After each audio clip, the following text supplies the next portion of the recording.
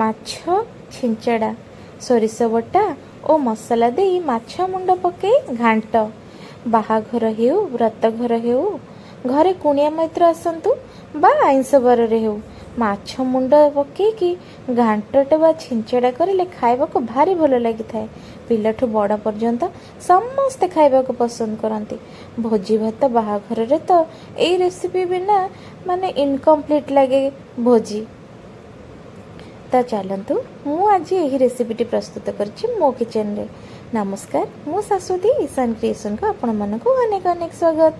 ତ ଏଠି ମୁଁ ନେଇଛି ମେଞ୍ଜିଆ ମାଛ 250 ଗ୍ରାମ। ଏକୁ ମୁଁ ଭଲ ଭାବରେ ଧୋଇକି ଲୁଣ ହଳଦୀ ଗୋଳେଇକି ଦେଖନ୍ତୁ କରେଇରେ ପକାଇ ନେଇଛି, ଓଲଟେଇ ଦେଇଛି। ଗୋଟେ ପାଖ ଭାଜି ହେଇଯାଇଛି। ଏବେ ମୁଁ ଆରପଟ ସାଇଡ଼ଟାକୁ ଭଲ ଭାବରେ ଭାଜି ନେବି। ଚୁଙ୍ଗୁଡ଼ି 250 ଗ୍ରାମ ମଧ୍ୟ ମୁଁ ନେଇଛି ଏଠି। ଏଥିରେ ମୁଁ ଲୁଣ ହଳଦୀ ଗୋଳେଇକି ରଖି ନେଇଛି। ଭଲ ଭାବରେ ଏକୁ ବାଛିକି ସଫା କରିକି ତାପରେ ମୁଁ ନେଇଛି ମାଛ ମୁଣ୍ଡ।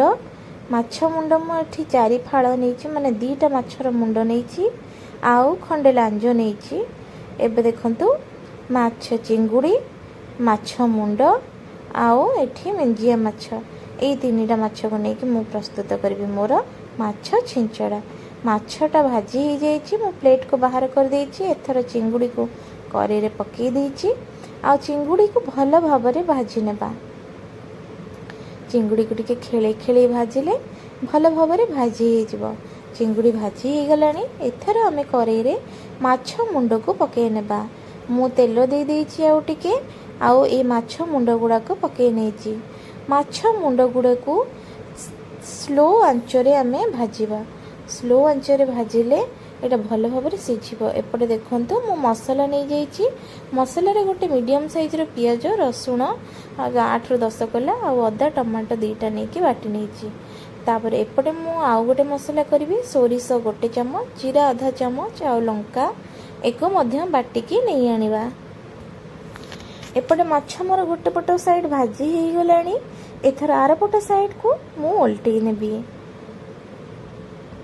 ମାଛକୁ ସ୍ଲୋ ଆଞ୍ଚରେ ଭାଜିଲେ ଏଇଟା ଭଲ ଭାବରେ ସିଝିଥାଏ, କାହିଁକିନା ମୁଣ୍ଡଟା ସିଝିବାକୁ ଟିକେ ସମୟ ଲାଗେ। ଏଠି ମୁଁ କିଛି ପରିବା କାଟି ନେଇଛି। କଖାରୁ, ବାଇଗଣ, ଖମ୍ବା ଆଳୁ, ଆଳୁ, ସାରୁ। এই ପରିବା ଗୁଡ଼ାକୁ ମୁଁ ଭଲ ଭାବରେ ମକଚି ଧୋଇ ନେବି, କାହିଁକି ଖମ୍ବା ଆଳୁରେ ପ୍ରାୟ ମାଟି ଲାଗିଥାଏ ଆଉ ସେଗୁଡ଼ାକ ଲାଳୁଆ ଲାଳୁଆ ହେଇଥିବାରୁ ଭଲ ଭାବରେ ଛାଡ଼େନି।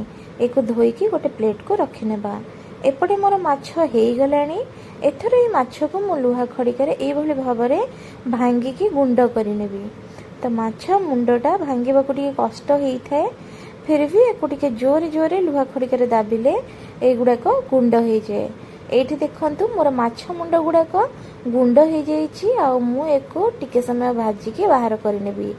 ବାହାର କରିସାରିଲା ପରେ କରେଇରେ ଯେତିକି ତେଲ ଅଛି ମୁଁ ସେଥିରେ 5 ଫୁଟଣ ଅଧା ଚାମଚ ପକାଇ ନେବି। ଫୁଟଣ ଫୁଟିବା ପର୍ଯ୍ୟନ୍ତ ଅପେକ୍ଷା କରିବା। ଫୁଟଣ ଫୁଟି ଆସିଲାଣି।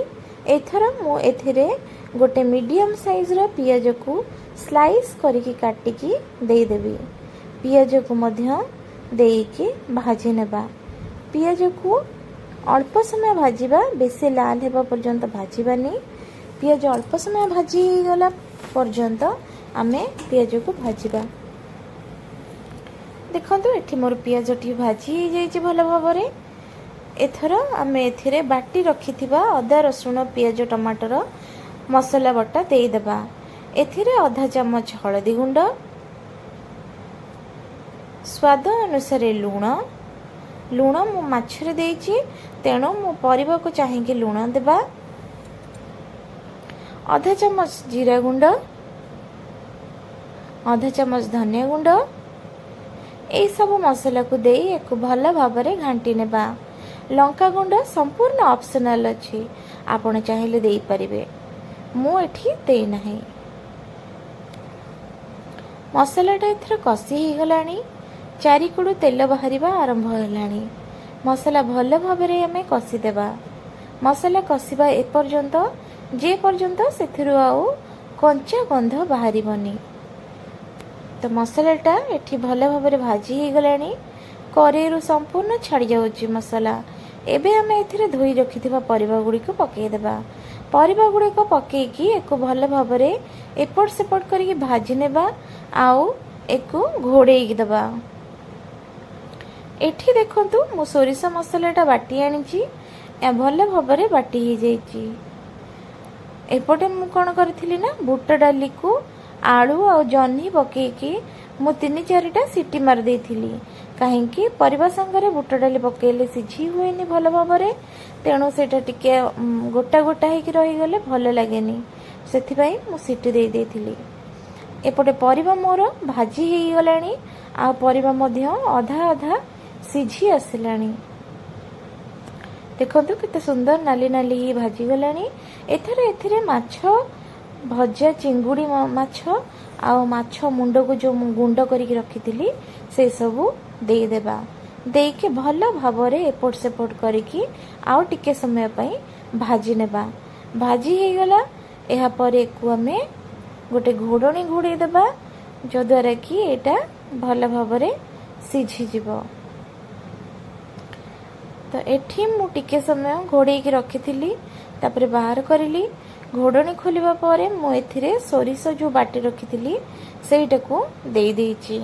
सोरिष बटा जदि आपणकर पानी कम लागिला तेबे आपण एथिरे आ एक्स्ट्रा पानी दे पारिबे। मु एथिरे गिनाटे पानी देइछि एक भल भाव घांटी के घोड़े नेबा। घोड़े 10 मिनिट सारला परे मु पुणी खोलिकी देखिली एटा भल रकम सिझी गलानी। आ एको मु टिके लुहा खड़िका मारिकी चेक मध्य करे नेबी। जदि एटा सिझी नथिबो ताले आमे आउ किछि समय को सिझिबा पई कि घोड़े देबा। तम परिबा आउ टिके सिझिबो मु एको पुणी थरे ढांकुणी घोड़े सिझिबा को छाड़ीबी। तो मु एको 10 मिनिट पर पुणी खोलिकी देखिली परिबा गोटे भल भाव सिझी गलानी आ बढ़िया बास्ना आसुची। एथर मु एथिरे सिझे रखिथिबा बुट डाली को देई देली आउ देकी एको किछि समय पई कि घांटी की एको मध्य आमे घोड़े देबा। तरकारी एथर मोर 10 मिनिट रे तरकारी रेडी हो जाइछि। देखंतु केते सुंदर भाव रेडी हेछि। मु एको प्लेट को काढी नेछि। तरकारी रा बढ़िया गोटे बास्ना आसुची आ टेस्ट मध्य बढ़िया लागिवो। आपण माने एई भलिया रेसिपी प्रस्तुत करंतु। मु जेमती भाबरे प्रोसेस रे तयारी करछि आपण सेमती तयारी करंतु आ खांतु। जदि मो वीडियोटी आपण मानक भलो लागिछि तेबे